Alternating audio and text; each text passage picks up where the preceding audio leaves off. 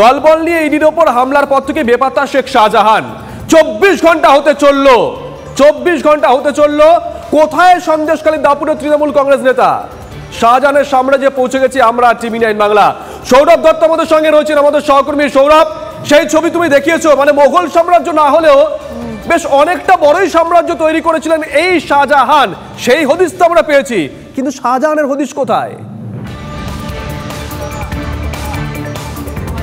দেখো, শাহজাহানের হদিস কোথায় সেটা কিন্তু এখন সবচেয়ে বড় প্রশ্ন। আকঞ্জিপাড়া মোড়, আকঞ্জিপাড়ার মোড়ের এটা হচ্ছে প্রথম বাড়ি। এটা হচ্ছে শাহজাহান শেখ শাহজাহানের যে ভাই চিকিৎসক পেশায় তার বাড়ি। এখানকার এলাকার মানুষ সেটাই জানাচ্ছেন যে এটা প্রথম বাড়িটি তার বাড়ি। সেখানে তুমি দেখো, ছবিটা দেখো, যে এখানকার যে বাড়ির যে গলির যে আলো, সে আলোটা পর্যন্ত নেভানো হয়নি। আমরা সাধারণত কী করি শুভজিৎ, বাড়ি থেকে বেরোনোর সময় আমরা সাধারণত বাড়ির আলো নিভিয়ে যাই, বাড়িকে এমনভাবে রেখে যায় যাতে কোনোভাবে সেটা অগোছালো মনে না হয়। কিন্তু এই বাড়ি দেখো, কোলাপসিবল গেট, সেই কোলাপসিবল গেট কিন্তু এখানে লাগানো রয়েছে। কেউ আছেন? বেল যে আছে সে বেল আমরা বাজাচ্ছি, কোনো সারা শব্দ নেই। ভেতরে যদি আমি দেখাই, অভিজিৎকে আমি এদিক থেকে দেখাতে বলবো, যে ভেতরে যদি আমরা দেখাই, দেখো আলো যেটি রয়েছে, এখান থেকে যে ঘরটি দেখা যাচ্ছে সেখানকার যে আলো, সেই আলোটি কিন্তু জ্বলছে, সেটি নেভানো হয়নি।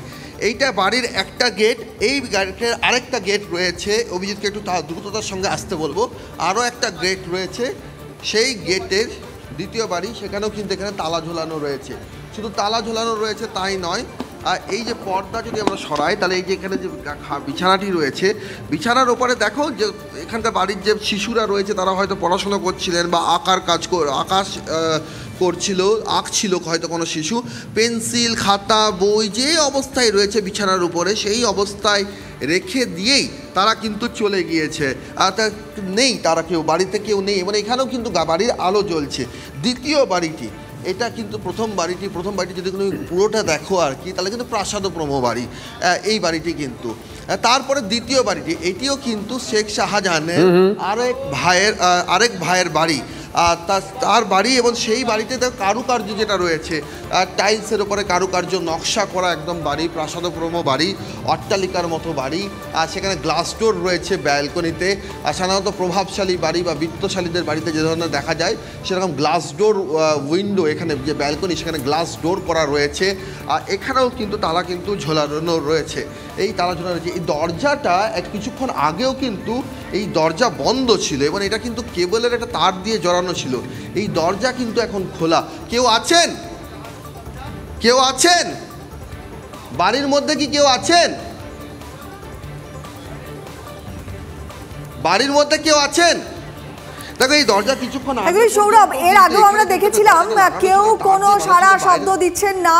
বাড়ি তালা, 3টে প্রাসাদোপম বাড়ি দেখেই বোঝা যাচ্ছে প্রভাবশালী বাড়ি এবং কিভাবে বাড়ি তৈরি করা হয়েছে। কিন্তু যেভাবে ঘটনার পরে সবাই একেবারে গা ঢাকা দিয়েছেন, কোথাও কি তাহলে এটাই নির্দেশ ছিল যে যা পরিস্থিতি, ইমিডিয়েটলি এলাকা ছেড়ে দাও? দেখো, বাড়ির ভেতরের ছবি কিন্তু তাই বলছে। দুটো বাড়ি দেখালাম, এই বাড়িটি কিন্তু মূলত শেখ শাহজাহানের বাড়ি। এটা যে হলুদ রঙের যে বাড়ি, শেখ শাহজাহানের বাড়ি। প্রতিটি বাড়িতেই কিন্তু ভেতরে লাইট নেভানো হয়নি। ভেতরে যে অবস্থায় ছিলেন, সেই অবস্থায় যে বাড়ি থেকে বেরিয়ে গিয়েছেন তার চিহ্ন কিন্তু প্রতিটি বাড়ির ক্ষেত্রে রয়েছে।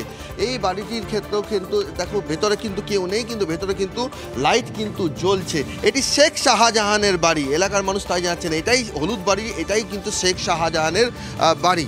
আর ফলে তুমি যে প্রশ্নটা করছিলে যে সবাই কি যে অবস্থায় রয়েছে সেই অবস্থায় পালিয়ে গিয়েছেন, তাই কিন্তু দেখা হচ্ছে। কারণ এখানকার যে গৃহপালিত প্রাণী যেগুলো রয়েছে, বেশ নজর থাকবে সৌরভ, নজর রাখো। এদিকে আক্রান্ত ইডি, এবার থানায় এফআইআর কেন্দ্রীয় এজেন্সির। নেজার থানায় অভিযোগ দায়ের ইডির। শাহজাহান শেখ ও তার অনুগামীদের বিরুদ্ধে অভিযোগ ইডির। সুপ্রিয় আমাদের সঙ্গে রয়েছেন, আমাদের সহকর্মী। সুপ্রিয়, কি জানা যাচ্ছে?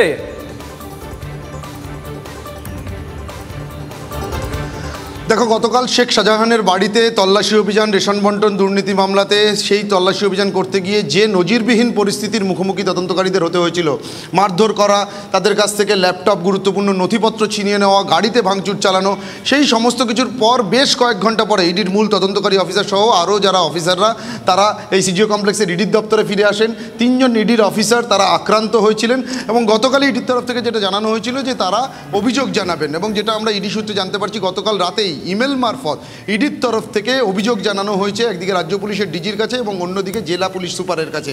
এবং সেই অভিযোগে তারা কি উল্লেখ করেছেন যে কোর্টের মনিটরিংয়ে বা কোর্টের নির্দেশে তদন্ত চলছে, সার্চ ওয়ারেন্ট নিয়ে তারা শেখ শাহজাহানের বাড়িতে গিয়েছিলেন এবং সেখানে যাওয়ার পর তাদেরকে ঘিরে ধরে রীতিমতো হামলা চালানো হয়, মারধর করা, মোবাইল ফোন থেকে ল্যাপটপ, গুরুত্বপূর্ণ নথিপত্র ছিনিয়ে নেওয়া, এমনকি গাড়ি ভাঙচুর করা হয়।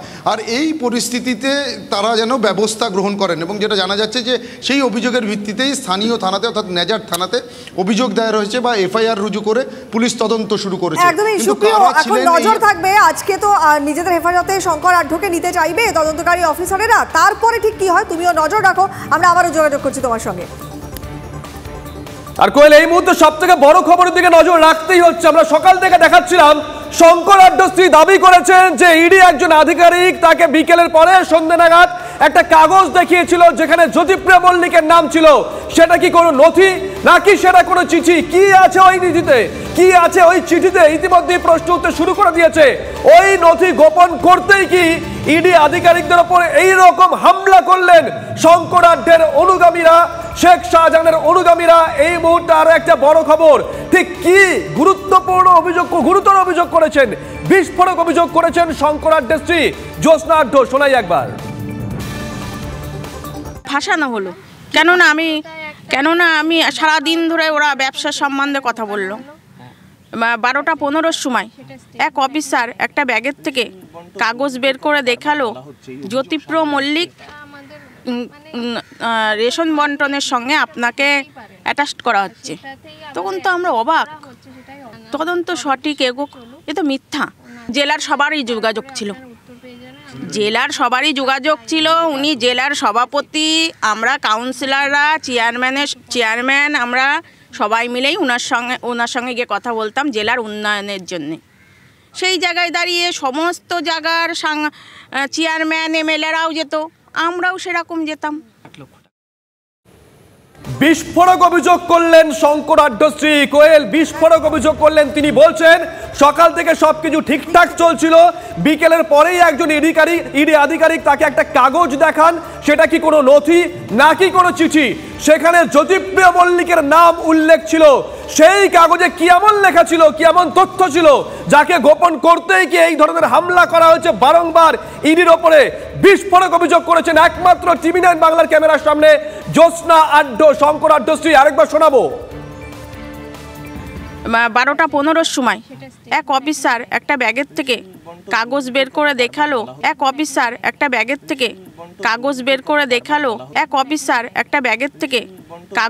করে দেখালো জ্যোতিপ্রিয় মল্লিক রেশন বন্টনের সঙ্গে আপনাকে অ্যাটাচড করা হচ্ছে। তখন তো আমরা অবাক। দীপঙ্কর আমাদের সঙ্গে রয়েছেন, আমাদের সহকর্মী। দীপঙ্কর, ওই কাগজে কি এমন থাকতে পারে? শঙ্কর বাবু স্ত্রী তিনি বলছেন তিনি অবাক হয়ে গেছেন, তারপরেই তাকে গ্রেপ্তার করা হয়। ওই কাগজে কি এমন থাকতে পারে? দেখো, এটাই সব থেকে বড় প্রশ্ন যে ওই কাগজে কি ছিল যা দেখিয়ে শঙ্কর আঢ্যকে গ্রেপ্তার করলো ইডি আধিকারিক। শঙ্কর আঢ্য স্ত্রী জ্যোৎস্না আঢ্য তিনি সকাল থেকে যে কথা বলে আসছেন, সকাল থেকে একদম স্পষ্টভাবে তারা ব্যবসায়িক সংক্রান্ত কারণে ইডি আধিকারিকরা এসেছিলেন এমনটা নাকি বলছিলেন। এবং পরবর্তীতে রাত্রি 12টা 15 তাকে অ্যারেস্ট করা হয়েছে 12টা 28 যে সময় তাকে গাড়িতে তোলা হচ্ছে। অথচ 12টা 15 সেই সময় একজন অফিসার আসে, তার ব্যাগ থেকে কাগজ বার করে দেখায় এবং সেই কাগজে উল্লেখ রয়েছে শঙ্কর আঢ্যর নাম, অর্থাৎ জ্যোতিপ্রিয় মল্লিকের সঙ্গে রেশন দুর্নীতি তাকে ট্যাগ করা হলো। কেন ট্যাগ করা হলো? ওই কাগজে কে ছিল এই প্রশ্ন কিন্তু জ্যোতিপ্রিয় মল্লিকের নামের সঙ্গে যেহেতু রয়েছে এই প্রশ্ন কিন্তু উঠে আসছে একই সঙ্গে জ্যোৎস্না আঢ্যর ভাষণে। জ্যোৎস্না আঢ্য তিনি যে কথা বলছেন তার কথা থেকে স্পষ্ট হচ্ছে যে জ্যোৎস্না আঢ্য বলছেন 12টা 15 সময় ইডি আধিকারিক তিনি একজন কাগজ বার করলেন। কিসের কাগজ? কাগজে কি লেখা ছিল? আসলে জ্যোতিপ্রিয় মল্লিক কি কোনো চিঠি দিয়েছিল? জ্যোতিপ্রিয় মল্লিক একদমই কাগজটা কি কোনো নথি কি নাকি কোনো চিঠি? কারোর প্রতি কোনো নির্দেশ কি ছিল? নজর থাকবে দীপঙ্কর, নজর